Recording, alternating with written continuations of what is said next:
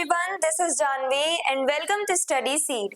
आज हम class 10th geography chapter 1 का टॉपिक 14 पढ़ेंगे, दैट इज एरिड सॉइल। ये हमारी फिफ्थ सॉइल है, फिफ्थ टाइप ऑफ सॉइल है जो हम डिस्कस करेंगे आज के वीडियो में। एरिड सॉइल के बारे में हम आज के वीडियो में इन डिटेल जानेंगे। Arid soil is found in dry and desert regions. अब ये जो एरिड सॉइल है वो हमें ड्राई यानी कि जो एकदम सूखी पड़ी हुई जमीन होती है जहाँ पे टेम्परेचर बहुत हाई होता है, रेगिस्तान वाला जो एरिया होता है, ऐसे एरियाज में हमें देखने को मिलती है। ड्राई और डेजर्ट रीजन्स में हमें एरिड सॉइल देखने को मिलती है।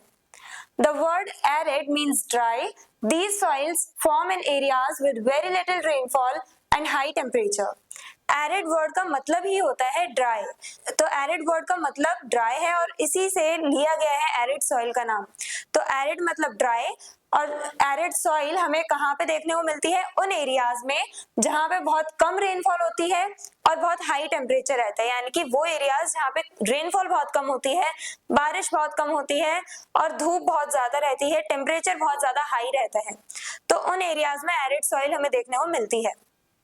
Because of the lack of moisture, they are sandy and less fertile. अब moisture नहीं होता है यानी water content नहीं है उतना ज्यादा इस soil में, इसी की वजह से ये soil जो है वो कम fertile होती है, इसमें fertility उतनी नहीं होती है इस soil में, और साथ ही साथ sandy texture होता है यानी रेत जैसा इसका texture होता है। Formed due to dry climate, high evaporation and wind activity. अब ये जो arid soil है वो बनती कैसे है?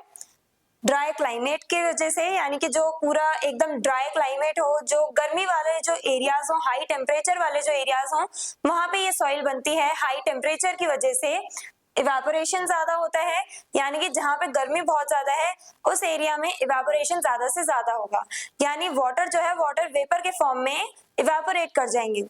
तो अब गर्मी वाले एरियाज में, ड्राई एरियाज में इवेपोरेशन बहुत तेजी से होगा और साथ ही साथ विंड एक्टिविटी जो होती है, विंड जब ब्लो करती है तो अपने साथ टॉप लेयर जो होती है सॉइल की, जो फर्टाइल सॉइल होती है, वो लेयर विंड अपने साथ लेकर के चली जाती है। विंड जो है वो उस सॉइल को इरोड कर देती है। सॉइल इरोजन जो होता है, विंड इरोजन जिसे हम कहते हैं, जब विंड के थ्रू सॉइल इरोड होती है तो उसे विंड इरोजन कहते हैं।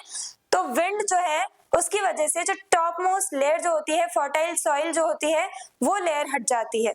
तो अब ड्राई एरियाज है, इवेपोरेशन बहुत ज्यादा हो रहा है, इवेपोरेशन हो रहा है, तो यानी कि सॉइल में जितना भी मॉइस्चर अवेलेबल था, जितना भी वाटर कंटेंट प्रेजेंट था, वो सब इवेपोरेट होता जा रहा है। अब मॉइस्चर की कमी देखने को मिल रही है हमें सॉइल में, ड्राई एरिया है, साथ ही साथ विंड जो है वो टॉप मोस्ट लेयर जो है, फर्टाइल सॉइल जो है, उस लेयर को हटा चुकी है, अपने साथ ब्लो ऑफ करके ले जाती है।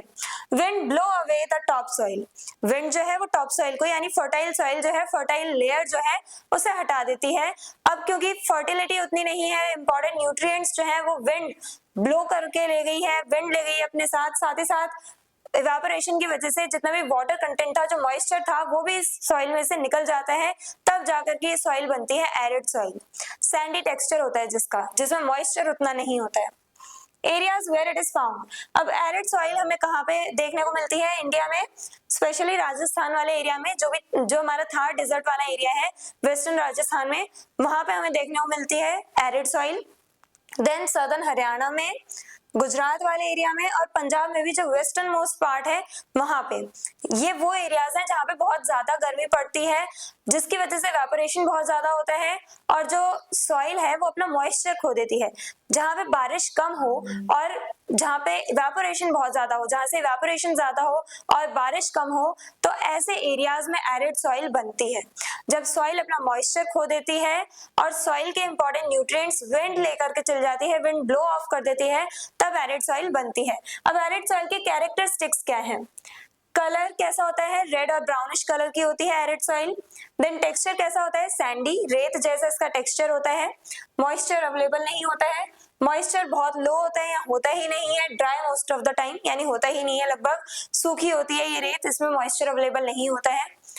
Fertility low due to lack of humus. अब इसमें ह्यूमस यानी ऑर्गेनिक मैटर जो है वो भी उतना अवेलेबल नहीं होता है, जिसकी वजह से ये जो सॉइल है वो उतनी फर्टाइल नहीं होती है। नेचर कैसा है इस सॉइल का? ऑफन सेलाइन, सेलाइन यानी कि इसमें कुछ, ये जो एरिड सॉइल है इसमें कुछ सॉल्युबल सॉल्ट्स होते हैं, जो इवेपोरेशन की वजह से जो वाटर होता है वो तो उड़ जाता है, लेकिन जो सॉल्ट कंटेंट है वो रह जाता है इस सॉइल में।